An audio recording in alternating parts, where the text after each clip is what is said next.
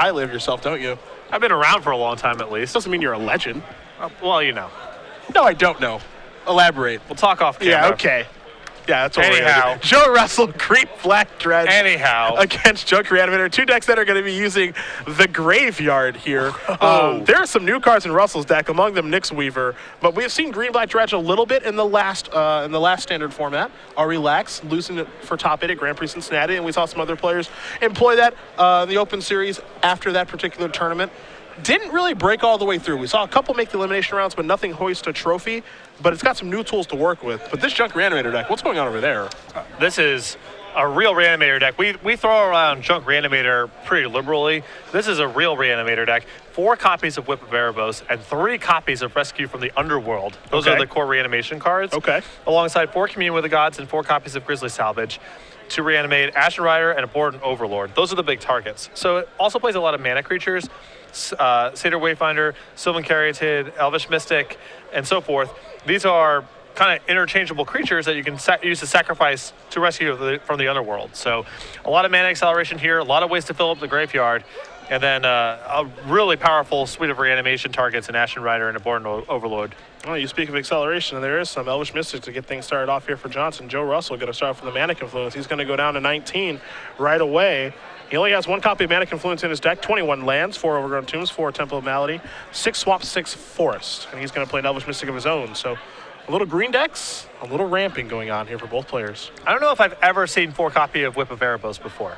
I know that I haven't. This feels like new territory for me. There is a Temple. Top card to the bottom. Adam means business. There's a Sylvan Caryatid. So we have seen shells like this work before. And again, previous standard format, Junk Reanimator did have 8 accelerants between, Farseek if they wanted to go that route. But most of the time they did some with the Avacyn's Pilgrim and then another 1 mana accelerant as well to really just get their deck rolling. And so it seems like the same approach that Johnson's taking here. But as you mentioned, 4 Whip of Erebos, Rescue from the Underworld, a card that once that was spoiled, I know a lot of people thought really highly of it, but it hasn't found a home yet. Maybe this is the place for it. Well, he's definite. I mean, if it's going to be anywhere, it's going to be here. Adam has the perfect skeleton for it. A lot of big targets and a lot of interchangeable cheap creatures to sacrifice. Lotless Troll and Deathrite Shaman do show up to the party here for Russell. So he's got a copy of Nemesis Immortals and Gerard in his hand to go along with a couple of lands. So he's off to a pretty nice start here. Johnson, the runner-up at the Open Series in Columbus last summer when we were there for Origins. So he's not unfamiliar with success in these standard opens. He's going to tap 2 here. He's got a copy of Sylvan Caryatid. 2 mana here as well. Another copy of Sylvan Caryatid. That's a Temple Guard, and that's him passing the turn back. A lot of mana for next turn. He's in, with all these Caryatids, he's in hard cast Ashen Rider territory. You can start just snapping them off. Okay. I'm interested. Are you in the market for that? I was about to say this Deathrite Shaman could be problematic for Adam to get his reanimation stuff going, but at this point, Adam could just start casting things. See Temple of Malady going to come in here. Top card looks like it's going to stay on top. Here comes Lotless Troll to the party. Be surprised if he does choose to block here, but we'll see what he does opt to do. I had to imagine Adam's just saying, I'm going to take this. And discard Gerard and an Elvish Mystic, so a 4/3. Talk about underplayed cards. I remember when I first saw Lotless Troll, I was just like, okay, so Better Wild Mongrel, and that card's crazy, and it's a zombie, and it being a zombie was really, really, really important then. There's only so many of these gold cards you can put in your deck all at the same time. Yeah. There's going to be some powerful stuff that's lost in the shuffle. I mean, how many awesome Izzet cards have there been that just haven't been played in months? That's true. Turnburn and Disencharm and Staticaster and Rawls Eric, barely see those cards. This is a Satyr Wayfinder. Let's go with digging. Commune, an Overgrown Tomb, a Temple of Malady, and an Elvish Mystic. Temple's going to go to the grip. The rest are going to go to the bin. So Deathrite Shaman's got some things to chomp away on now. Going to follow this up 5 mana. Looks like it's going to be an Obsidian. And it will. So that'll come in and drain and gain of 2. Johnson's going to go up to 18. Russell's going to go down to 16. And now Johnson's actually found his first real threat here. He's going to follow that up with a Temple. And Obsidian very well suited to the pace of this game. Yep. I mean, Joe's kind of spinning his wheels a little bit, slowly getting his shop set up, and Obsidian has the potential to generate a lot of value. Top card looks like it's going to go to the bottom. Hopes that's going to go a hiding. And before that happens, Deathrite Shaman says, I'd like to eat something if you don't mind. The question is, will it be a creature or a spell? Looks like it's going to be a creature, so there it goes. Looks like Elvish Mystic. There we go. You see, Russell just wants to make sure he knows what's in Johnson's graveyard, which is a land and a commune with the gods. So Deathrite Shaman's got plenty of things to do. There goes Obsidat. And we'll pass the turn back over to Russell, Will Johnson. Russell's going to take a draw here. That's a copy of Night Howler. Not a big graveyard for him yet, though. Yeah, he hasn't found any of his cards to prime the pump. We haven't found Commune with the Gods or Grizzly Salvage. Temple Malady is where he's going to start. That card's going to go straight to the bottom. Doesn't even think twice about that one. Most likely a land. Yeah. Doesn't need any more of those. He's going to tap some mana here. It looks like he's going to take 1 for Mana Confluence. So that's 4. And it might be time for old Night Howler here. We'll see. Yep, time to bestow that bad boy onto the Lotless Troll. Plus S plus X, where X is the number of creature cards in all graveyards. That's important. And he's going to discard Nemesis Immortals to this too. So it's kind of an all-in approach here now on the Lotless Troll. Doesn't really have any other path, and he needs to get the ball rolling here because Obsidat's going to do a ton of damage otherwise. In the meantime, Lotless Troll is going to do a ton of damage. Johnson going to go down to 10. Obsidat's going to come back in. Johnson's going to go up to 12. Russell's going to go down to 15. The other thing, too, is because Lotless Troll does have trample, chump blocking, not so good. So Johnson's going to tap some mana here. What does he find? He has a Grizzly Salvage. Let's go digging, shall we? Coast is actually pretty clear because Deathrite Shaman is off. 4 and 5. Nothing too crazy here. You see, he's going to take a look at that, and I believe that's an Abhorrent Overlord, but we will make sure. See exactly what that is. It is a promotional card. And it's a pre-release Abhorrent Overlord. So the rest of the cards are going to go to the bin. This is a forest, so you can cast that. This is going to come into play. Now, Devotion Check, it's 4. Yep. So 4 Black Harpies are going to come into play. There's no way we have those. Could you imagine us having Black Harpies? Adam's prepared, fortunately. Thank goodness. You know what this means? Someone could become a Black Harpy token at an invitational. I forgot. I didn't even know it was a token. I mean, that's a pretty niche token to ask for. You could be a Black Harpy token. Well, I can't personally. One could be. I will be covering the invitation. Ah, right. I guess that's a small problem. In comes Obsidat. Going to put Russell down at 10. It's going to go hiding. I'm also likely not even qualified anymore. But that's a whole other can of worms, you know. Russell's going to take his draw here. Again, he's still pretty much all in on this Lotless Troll with Night Howler. And it's pretty large, don't get me wrong. But Johnson's done a really nice job of coming up this board. And you see Russell's going to take a look at Abhorrent Overlord again. We're going to do the same. At the beginning, you're going to have to sacrifice a creature. It doesn't have to be one of those Harpies. It can be anything. He's got plenty of things to sacrifice. And, of course, when it does come into play, you do the Devotion Check. You get a 1/1 Black Harp for each black mana symbol. There were 4 in play, 2 from Abhorrent Overlord itself, 2 from the Obsidat that was in play. So interesting card. I mean, this is obviously a conscious decision by Adam to have a bunch of these in his deck, and this is basically his reanimation spell of choice. Like, this is something he wants in play a lot. Yep. It's also pretty high impact in the spots where he gets to cast it, like you're seeing right now. Lotless Troll going to come across for a bunch of damage here. Again, Night Howler is going to count all creatures in all graveyards. So you see the Troll right now. That's a 2, 3, 4, 5, 6, 7, 8. You're going to see a creature check in the graveyard.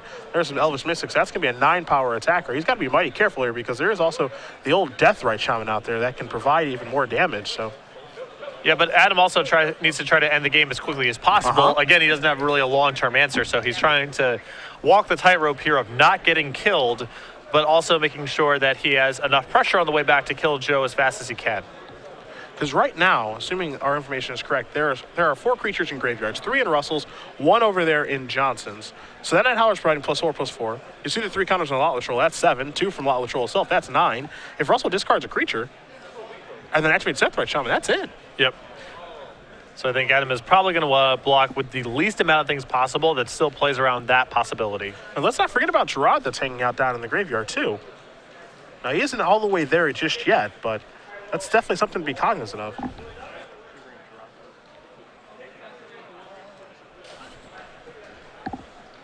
Of course, to get it back to the grip, you sacrifice a swamp and a forest to bring it back to the hand, and then you have to cast it, and then the 3. So, it's seven mana to deal a whole bunch of damage, which obviously Russell doesn't have access to right now, but over the course of 2 turns, he could certainly do that. Yes. Although, Joe might be in a position shortly to have to chump block with his mana creatures, so that's another variable. And see Johnson really doing the math here about, okay, how am I supposed to block? What am I supposed to play around? Deathrite Shaman is basically representing 2. So, if you're Johnson, you're basically saying, okay, I'm essentially at 10 right now. So I have to figure out the best ways to block, not to die. Does that involve just saying, okay, Abhorrent Overlord, just get in the graveyard right now? Although, oddly enough, I think Joe may lack a forest and a swamp to be able to get drawn back. I think he has a forest, 2 Scrylands, and a mana confluence.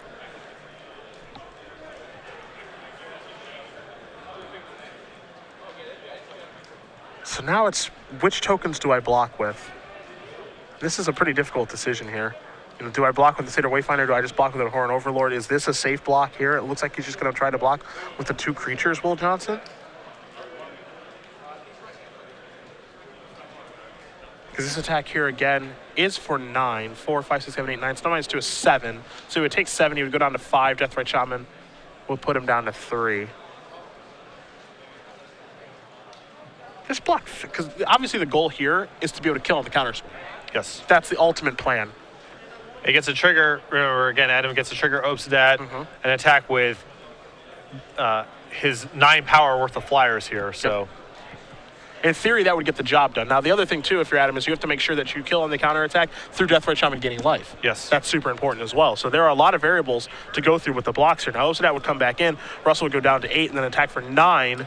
Would have been on a -1, but then you could gain some. So it's tough. It's definitely tough. See what Russell's going to do here. This is no simple board, that's for sure.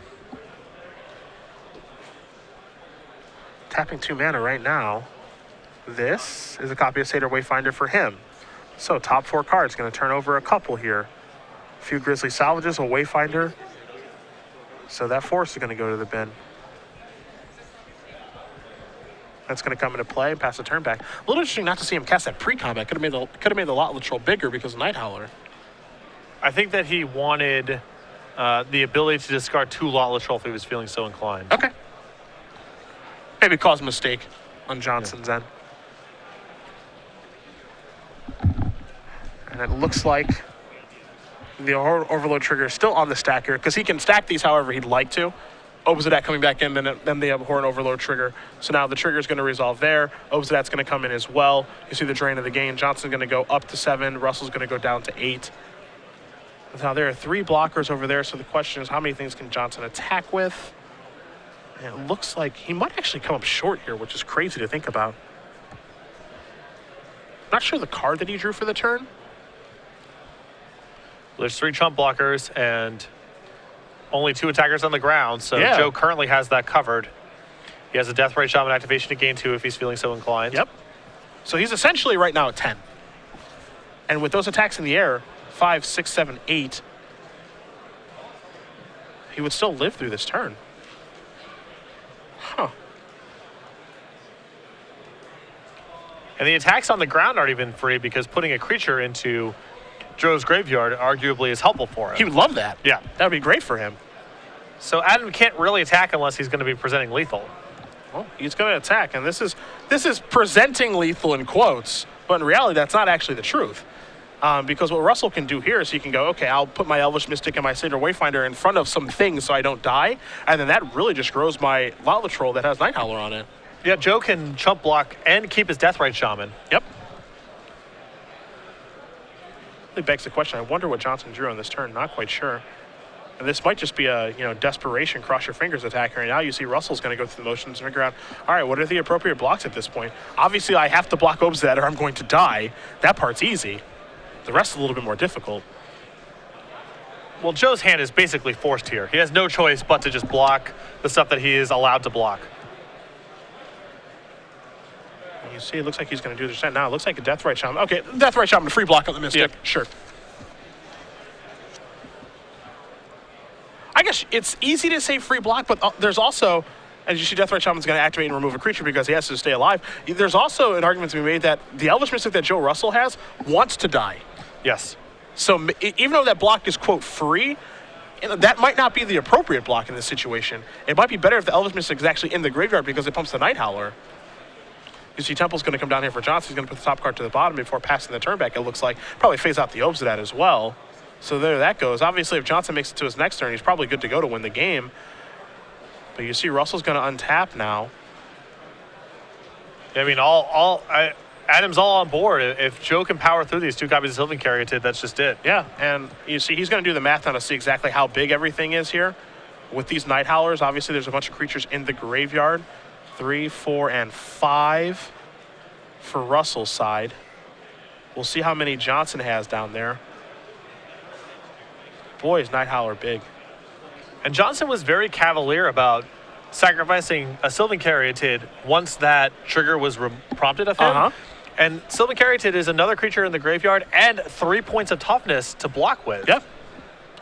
And that's going to get the job done as that Night Howler providing too much to the Lawlet Troll, and Joe Russell's going to win game number 1 here with Green-Black Dredge over Adam Johnson playing Junk Reanimator. The combo of Trample plus all of that plus X from Night Howler, too much for Adam Johnson to overcome. And as you mentioned, it may have been that misstep with sacrificing something to the Abhorrent Overlord. He may have sacrificed the wrong creature. I mean, it's 4 points of damage that he takes, in essence, sacrificing that instead of a token, because it's 3 points of toughness that he loses to absorb on the troll attack, and another point of power that he adds to the Night Howler. You have to imagine, too, that with this Green-Black Dredge deck, that's probably some of the places where it gets its advantage. If you're not used to that kind of combat situation, that's very unfamiliar, right? Yeah. Of just like, okay, so you're going to, like, I block a guy, but it actually helps that you're blocking or sacrificing. It actually helps that you're sacrificing, like, a token. You'd rather be sacrificing a token than a real creature. Yeah. Or vice versa. Like, it's a very strange situation, and if you haven't been in that combat situation, and you also saw a little bit earlier in the game where they were doing the Night Howler check, and Adam actually went like, oh, it's my graveyard too? And it's like, yeah, it's symmetrical. So the fact that it provides probably more additional pump than he realized over the course of the game, that having to balance that, especially when there's trample, Lawless Troll can add to it at a moment's notice with discarding. There's a lot to weigh into the equation there. It's not a very easy board state. Yeah, and also trying to push Joe to a spot where he's using Deathrite Shaman to remove creatures. Yep. There's so many variables going into that game. I think Adam just kind of left himself, I mean, at the end of it, he effectively left himself dead on board. No trick was played from either side. Yeah. That led to him losing that game over the course of his attack and then Joe's untap and attack.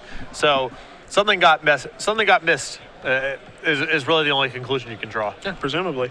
Both players can use the restroom really quickly. We're not sure if we can cut into our other match or not. We'll see what we can do for you guys. But we have a graveyard-based mirror, which is something we haven't really seen a lot of. Now, it's not your traditional dredge decks, of course, but they are using the graveyard to their advantage, as we saw with Night Howler in that game. And we see in Adam Johnson's deck list, he does have Rescue from the Underworld and 4 copies of Whip of Erebos to be used. So, obviously, when we're looking at the sideboards here, you're looking for probably graveyard hate. On Russell's side, he's got, a couple copies of Whip of his own. He's got Golgari Charms, Thoughtseize, Shadowborn Demon, Slum Reaper, which we haven't seen for a while, and then Mistcutter Hydra. So no graveyard hate from his end, but he does have 2 copies of Deathrite Shaman in the main. For Johnson, we got 3 copies of Mistcutter Hydra, 2 copies of Scavenging Ooze, 2 Sin Collectors, 3 Abrupt Decays, 4 Thoughtseizes, and Nebraska. So no explicit anti-graveyard stuff going on here. Ooze is a delight, though. Yeah. Ooze is going to be fulfilling that role for him.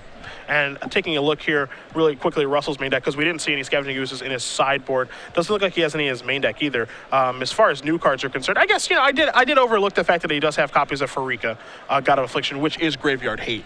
Now, it's obviously not explicit like a card like Tormod Script or Relic Progenitus, but it can play that role. And that is a new card, along with Nyx Weaver, 2 cards that have made their way into this particular deck here in Green-Black Dredge. Farika, it's been badmouthed quite a bit. I'm a fan. By the public. I'm actually kind of a fan, too. These green-black decks are really good at getting stuff in the graveyard. They can often fall behind on the board because all they're about is getting kind of one big thing going. So cards like a single removal spell or Fire Fist Strike are really good against green-black dredge or similar decks. So, and in those spots, making an army of 1/1 Death Touchers is so good. I'm not necessarily sure if you want to be playing, 3 or 4 copies of Farika, but it's insane to me that people are discounting this card. I think it's got a lot of legs. I mean, 3-mana God. That's a check in the right direction, obviously. And then, yes, It's because the text is so strange, right? It's like if I remove a creature from your graveyard, you get the 1/1. Like, why wouldn't I just get the 1/1? Why do you get the 1/1? But, you know, there are times where it just is necessary for you to remove something in your opponent's graveyard just so they can't have access to it. I think this is what you just brought up is a really good game design lesson. I think if this thing was only allowed to target your own graveyard, Okay. people would have a higher perception of it, even though it being able to interact with your opponent's graveyard is upside to the card. It is a power you would use some percentage of the time. Sure. But people read symmetrical cards or cards that look like they're drawbacks, and it distorts the way they perceive the card. So even though Pharika is more powerful overall, being able to remove cards from your opponent's graveyard, I think people perceive it worse. I think this card would actually have more hype if it was only able to target your own graveyard. And let's not forget, of course, that the snakes that it does make, they are enchantments. And that will definitely play a role. Chances are more in limited than constructed, but there are certainly going to be situations where the fact that the snakes that are made are enchantments will come up, and that'll be a big deal. It's funny because, like, between the two 3-mana gods that have been released, Athreos and Pharika, Athreos is a card that people are really talking about, like, okay, let's see what we can make happen. You know, I really like this card. It goes in this certain niche of deck. And, you know, a lot of people are positive about it, where I'm not, like, the biggest fan, and I don't think you are either. And then Pharika, it's like, oh, my God, this card's terrible.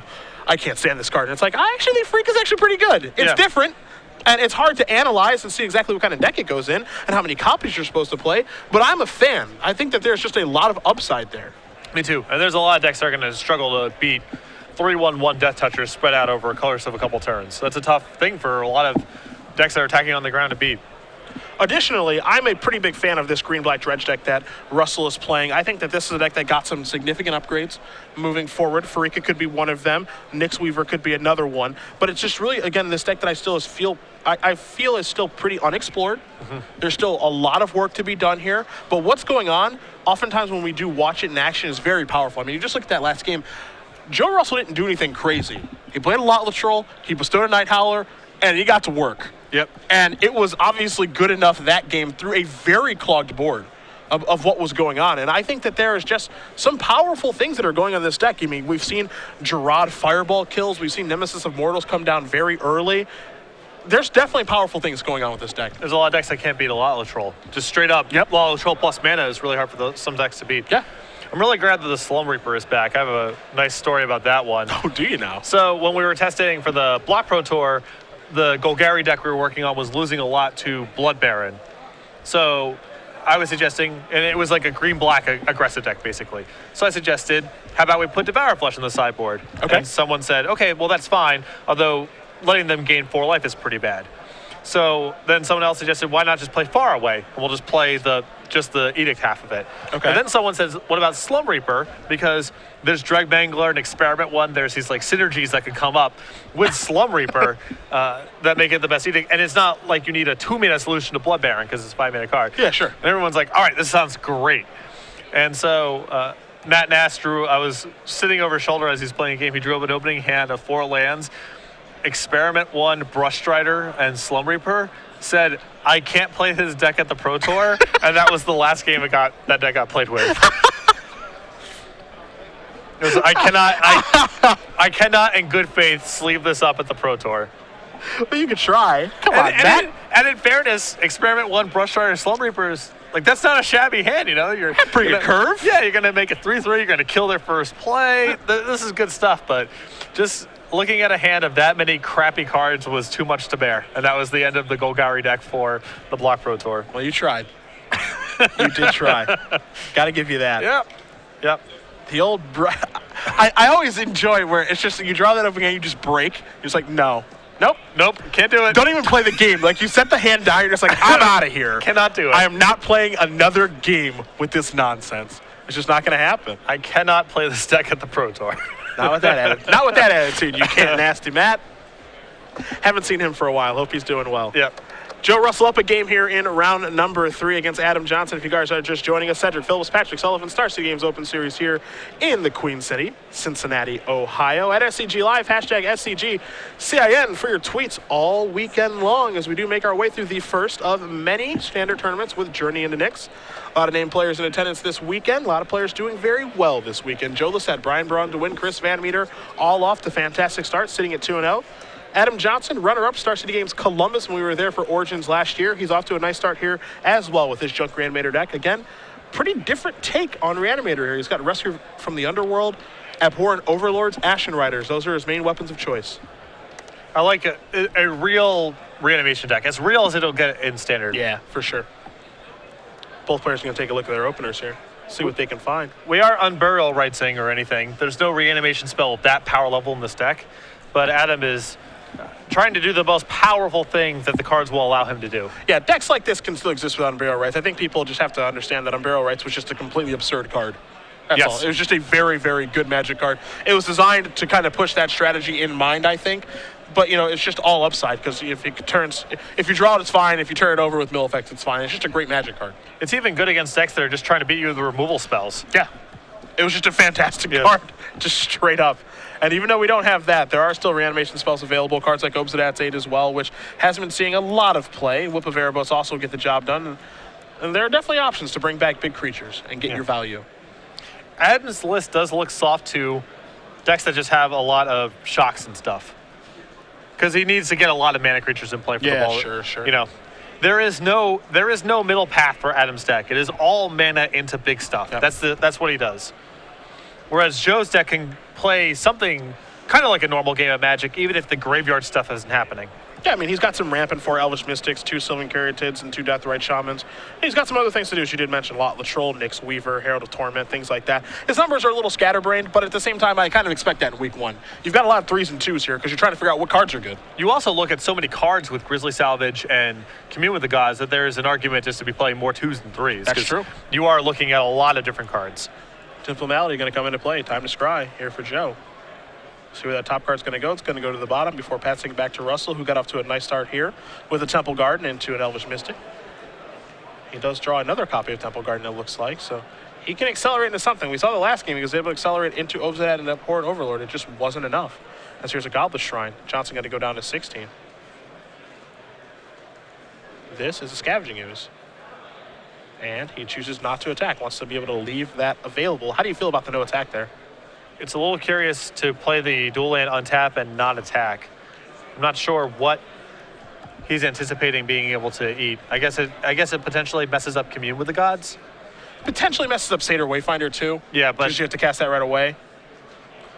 If Adam just literally doesn't care about 2 life, that's totally fine. But it feels like his life total is valuable because Joe has lot of trolls and just kind of more beatdown elements to his deck. Given the last game, his life total is very relevant. Yeah. See a Temple of Silence going to come into play. A little scry action here before attacking with the Elvish Mystic and the Scavenging Ooze. Russell going to block here on the Scavenging Ooze. 1 damage will come across. He's going to go down to 19. Johnson, you see, sitting at 16 and just has to pass the turn back. So Joe Russell will take a draw here. Picks up a copy of Deathrite Shaman. Interestingly enough, I think that's a spot where Adam could have gotten in more damage just attacking with the Scavenging Ooze, because I think Joe would have likely respected the possibility of Grizzly Salvage enough to just not block altogether. I could see that as well, yeah. All that sequencing, very, very important. Now here's a copy of Farika, follow that up with a Deathrite Shaman. So Graveyards look like they're on lock right now. And let's keep in mind here, you do a devotion check. It's not very hard for Joe Russell to turn on Farika in this deck. And Gerard is 4. Gerard is a great source of devotion, right? Yes. This is a Temple of Plenty for Johnson. He'll take a look at the top card. We'll see where that's going to go as he does consult his hand very quickly here. You see, it's those devotion providers that provide, 2 of each.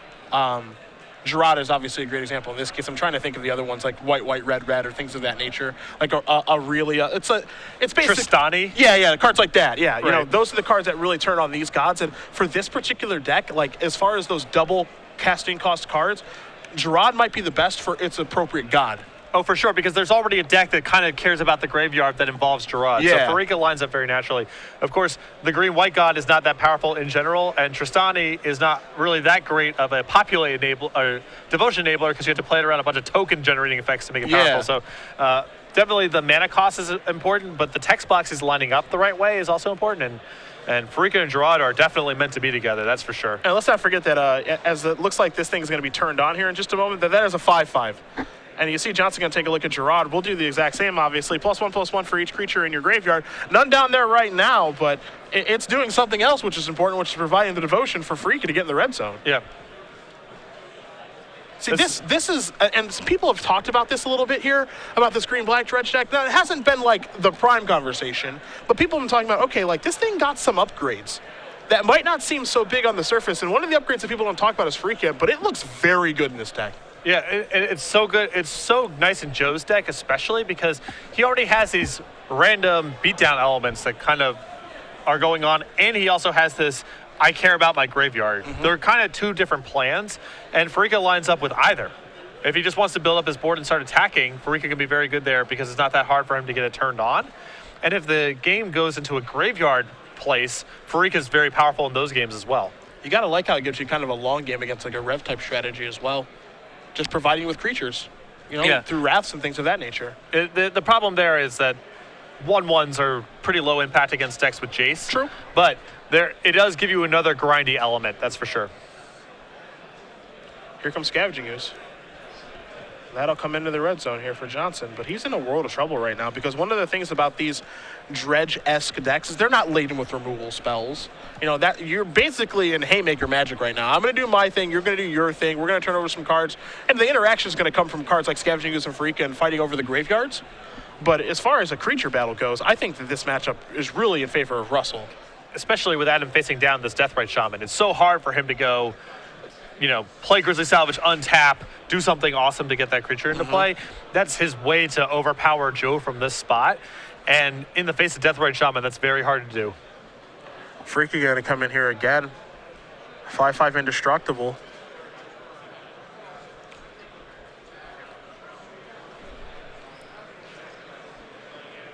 This is a really tough spot for Adam.